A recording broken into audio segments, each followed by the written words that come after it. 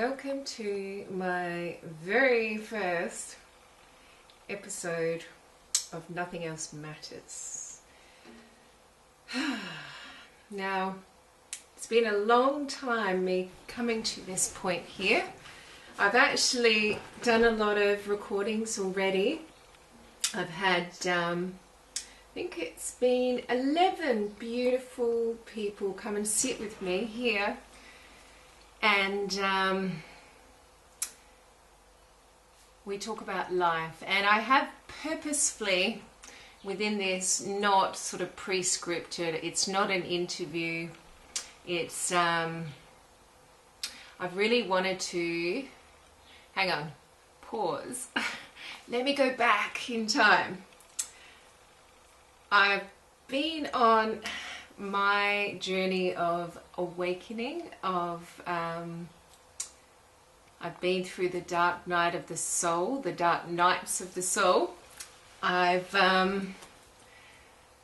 connected with spirit. I've wanted to, like my whole life, I feel like I've been on this journey to connect. I've always known there was more to life, and I think a lot of you, if you're actually here watching, my eyes are going to flick because I've got 3 cameras going. Mostly though, I'll end up just using the best takes, so but potentially I could really get into my editing. But my purpose for doing this isn't for it to look fancy. I'm not dressing up. I have got lipstick on. You know, I'm just in my everyday wear. I did plop my hair on my head. I may say a lot. I will segue, I will flip from one subject to the next, but what I'm trying to do as I've been on this journey is to, as much as possible, work that muscle of channeling, of connecting with my higher self, connecting with source energy, connecting with angels. Going beyond the illusion that we get stuck in life. I've had various moments in my life that I could recall where I had massive awakening shifts. Although I feel like for all of us it is a lifelong process, a journey. And if you look back and reflect, you can see certain moments that stuck out, and a lot of the times also you may be able to resonate with this, is the biggest growth comes after the hardest time, the most painful moments, painful times that, you know, when I look back at things that have happened in my life that I've grown from, and I've had this expanse as a energy being, I had to go through the dark tunnel. I had to go into the darkness. I had to walk through the valley of the shadow of death to come out the other side, into the light, into the more expansive self, into my greater being and my higher timeline, my highest version of myself. But it took pain and hardship. But in knowing where it brought me to, I would never undo it. All these moments I could not undo. I know sometimes we could question, and I don't know, I've had this come up quite a number of times with different people, is if you had a time machine, would you go back and change certain things? But in knowing that when you go back and you just change one thing, it could change everything, and therefore where you are now might cease to exist and you could be somewhere else.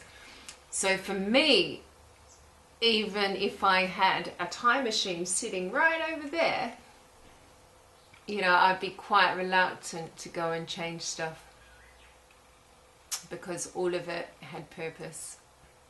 And that brings me to where I am now.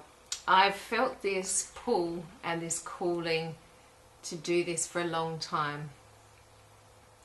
My friends know this, and when I first had this calling to come and talk with you, I'm very thankful you're here. I was waiting for you this whole time.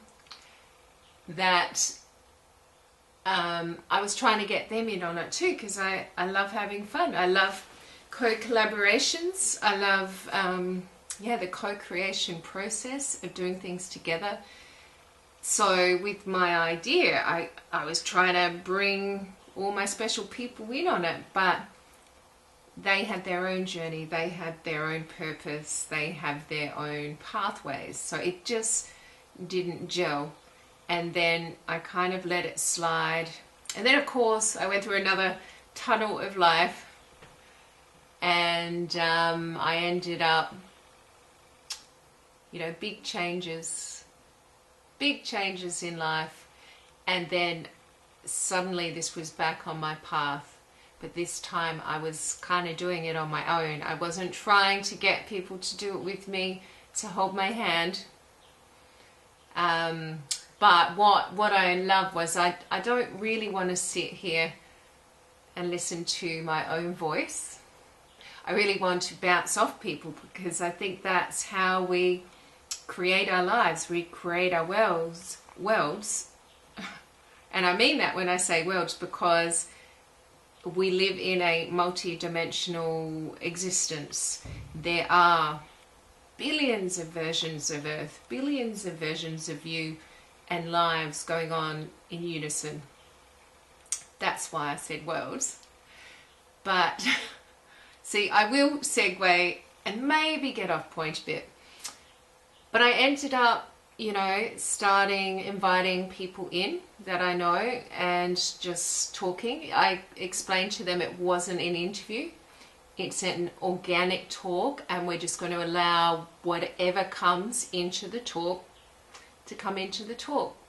So far I have had 11 beautiful experiences with just amazing people, and we've sat in this space here. I've got another chair, and sometimes we've had a cup of tea, sometimes we've had a glass of wine, and we've sat and we've just started talking.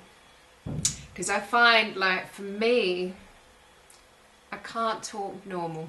I just can't talk about normal stuff.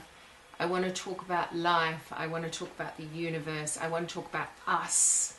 I want to talk about growing. I want to talk about magic. I want to talk about spirit, ghosts, unicorns, dragons. I want to talk about the, I haven't actually really gotten into, I think in many of my talks, a little bit, we've skated or skirted around what people call the matrix, the illusion, like within the veil. So there's been a bit of conversation about that, but as we go further into this story, nothing else matters. Nothing else matters but us knowing truth, growing, expanding, knowing that we are the creators of our world, that we can change the way things are. I know, if I'm going to just go on to that for a moment, that I used to years ago watch the news, and it debilitated me. I couldn't function properly because I was in fear about what was going on in the world that I couldn't change, and there was nothing from my position that I could do. And then I had this point where I decided the best thing I can do for myself and my children is to make the best choices within my circle, within my family, for me, for my community, or should I say, the best choices that I can make within the grasp of what I am capable of, what I can do. And I have done that. I've gone out in my community and I've done things that have been uplifting, and I've been a good mum and the best I can, and you know, a good friend, I hope. But I can do that, and I can go out in my own community, in my own realm, within what I feel capable of right now. I have to pause because as I'm speaking, I'm having something else come in that's trying to shut me off because I'm contradicting myself. Because we can change the world around us, but we can't do it coming from the wrong perspective. We can't do it from the physical sense. Like, we change our world, create ourselves through our energy, through our vibration, through our frequency, which is directed via our thoughts and our words and our actions. So we literally can change the world that we see on the telly into something better. So that's why that was shutting me off, because I was limiting myself. And why would I do that? But this world that we've all grown up in, we've all experienced, that we all believe it to be all that is not. Like, we've actually had blinders on, and we've been fed things that don't serve us, aren't correct. They've just allowed a sense of control. There is a very small percentage of the population who don't have the rest of the population's best interest at heart, but that is changing, and we can all change it more by how we create, what we put our focus on, what we choose to talk about, what we choose to do, what we choose to allow. And that's a big one, is, you know, what do we choose to allow? Because especially recently, when I've been looking at the world and I've seen how these controlling powers have come so far, is that they haven't just come in and dominated. They have to a certain extent, but the reason it's been so successful is that most of us are quite complacent, and we've allowed it to happen. We've allowed our lives to be manipulated. We've allowed our lives to be controlled. We've allowed our decisions to be taken out of our hands. But there is a shift in the energy, and I think especially if you're here, you feel it and you know it, and you want to be part of the shift into what you could call the new earth. And that's going to come, you know, a lot quicker if we focus on the right things. And I think mainly that's why I wanted to do this, and I wanted to start this channel. I wanted to start talking about the things that really matter, like nothing else matters than this. And nothing else matters but, you know, taking care of each other, actually caring about our neighbors, caring about the strangers, caring about people on the other side of the planet that we don't even know. You know, if we could just get back to fundamental basics and go, right, we're just going to stop the world for a moment. Can be done. And we're going to just make sure we tick off these 4 fundamental things, I think. Number 1, does everybody have clean water? Does everybody in the world have easy access to clean water? Right, tick. Does everybody have, you know, fresh fruit and vegetables? Let's not worry too much about the packaged stuff. Let's try and move a bit away from that. But does everybody have the majority of the food in their life as fresh fruit and vegetables? And are they educated in how to utilize them, like what's good for them? And, you know, do they know what it does for their body? Okay, everybody got that? Tick. Does everybody have their own home? Not owned by the bank, not with a mortgage, not, you know, not just a little shack or a tin shed. Does everybody have, you know, as a family home, their little piece of paradise that they can call theirs, that they can look after, that they can nurture, that they can, you know, make it their haven from the world? Yes, let's go tick.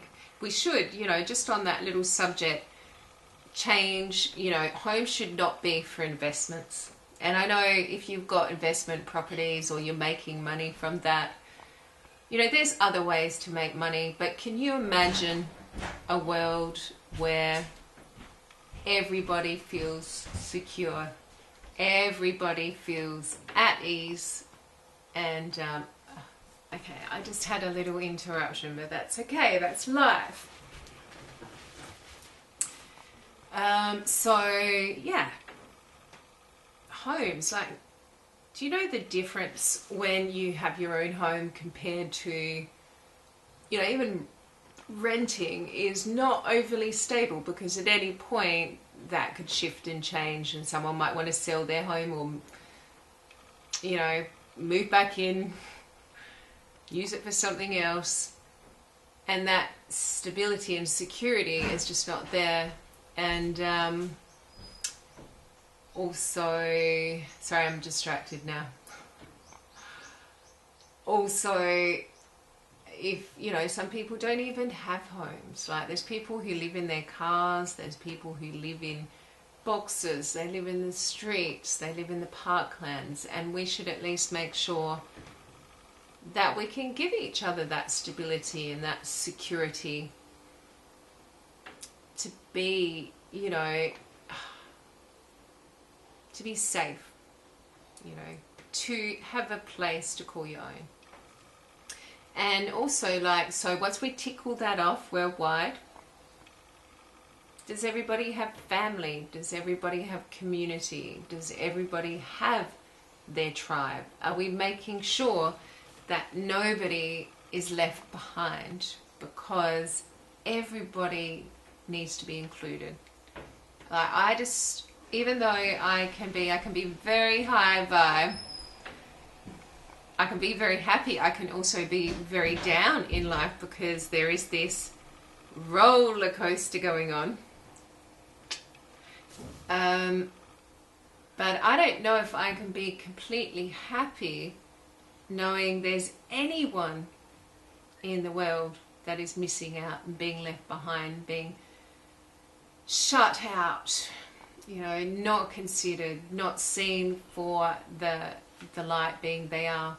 Because even though you may know of people in your life, and you may see people on the news that do dark things and, you know, make mistakes and hurt other people, like, everyone at one stage was a beautiful, innocent little babe in arms. And if you're a parent and you remember that feeling of when you just hold your baby, they're just born, and it's the most beautiful feeling, and they're just this pure positive energy, this wonderful ball of being that you just love more than anything in the world. We are all that, like, even when we get older. And we need to, not that I want to tell you what to do, but we need to still recall that in everyone around us. Even if you don't see that in them on the outside, you need to kind of look within and see that little inner child, the innocent inner child that is always there in everyone. And as we, the thing is that let me see if I can say this right. Where our attention goes, energy flows, and whatever we're focusing on grows. So we can do that in the world, and what we put our attention on But we can do that with each other as we find that one little seed of love and hope and goodness and positivity and light in someone that might not be showing it on the outside. You are going to activate that part in that person and allow that to grow until, you know, if they are wanting that for themselves too, well, that is like life transformation in, you know, in our very beingness. So it's worth us not looking at the bad stuff, you know, looking past it to see, you know, what is the light in this situation. It's like, I know sometimes people say to me, well, how could you not watch the news, Care? You need to know what's going on. You need to be aware what's going on in the world. And I'm like, yes, I do completely agree. We need to know what is going on so that we can choose it or not choose it. If something's going on in our world that isn't good for our world, yes, let's look at it. And this is some of the stuff that we've been talking about in the program so far. As I roll out the talks, you'll see we bring up stuff that we might not necessarily like, but we bring it up to see it as the problem. It may well be, but then to shift from the problem to the solution. The thing is, in our world, we kind of train to just focus on the problem. And the more we focus on the problem, the more it grows and we ingrain it and it becomes bigger, you know. It's like when they have things like, the war on poverty. Yeah, let's focus on poverty in a bad way. We're going to ingrain it more and make it bigger. The war on child abuse, the war on, you know, whatever the war's on, as we're looking at the problem and just fixating on the darkness, on the negativity, on what we don't want, we're actually creating it as a bigger problem in our world. So, but I'm not saying ignore it. I'm saying, yes, we can look at it, but straight away we need to shift to the solution. If we don't like poverty in our world, what do we need to shift to? We need to start imagining the end result, where we want to be, where we're going to be, the vision over here, and then we reverse engineer it. But you have to shift, because either you're going to grow the problem or you're going to grow the solution. And just personally, I'd like to grow the vision, the positive solution. That's just me. Well, I don't want to ramble on too much. I much prefer having someone here to talk with. But I just wanted to start my series, my channel, explaining why I want to do it. And I want to do it because I want to talk with people about life and about how they've traversed their ups and downs, the trials and tribulations. And I feel like when we do that, we help each other. You know, if we're talking about problems that we've had, you know, so I've had one person and we just talk as if no one was there, although we know you're there. And, you know, we go through stuff, we go through the painful things, and we talk about what helped us, and we look at the world and, you know, think of ways we could do differently. And I feel like it's really important for us all to do that. And if you have an inclination, and if you got the same sort of calling as I did to do the same, just don't wait for things to be perfect. Don't wait for the planets to align, because you are the one who actually aligns the planets.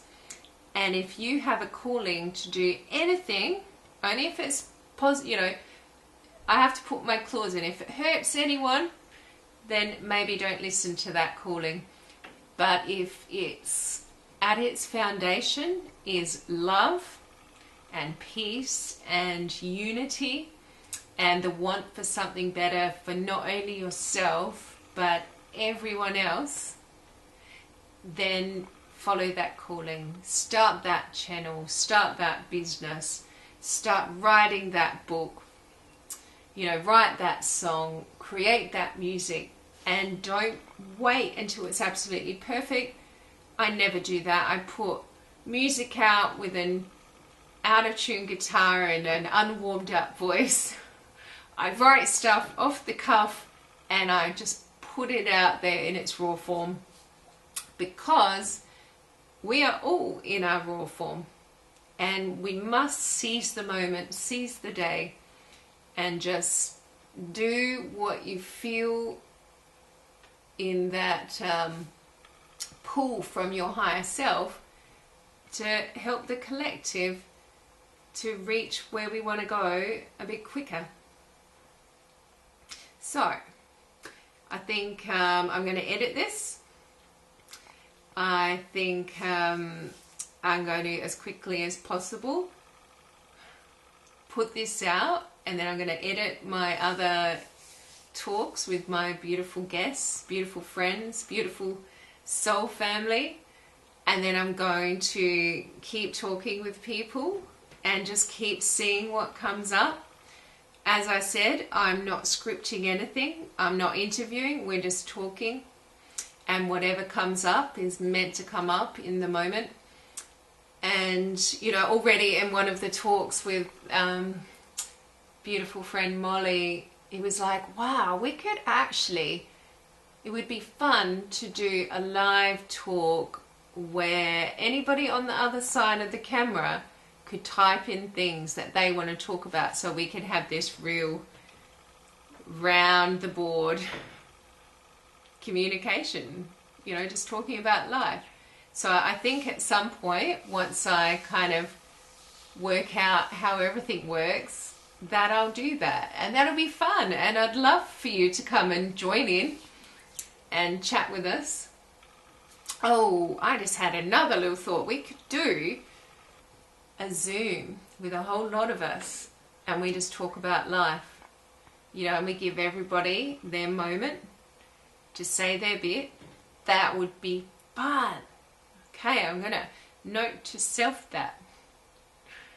But I'm gonna go now, and I'm very appreciative that you're here on the other side of this camera.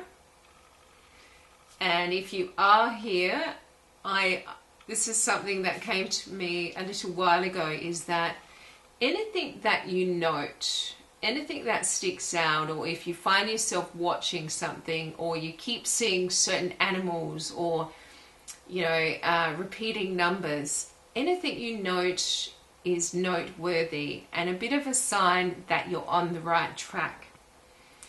And when you're on the right track, you just get pulled further, pulled further along and further into it.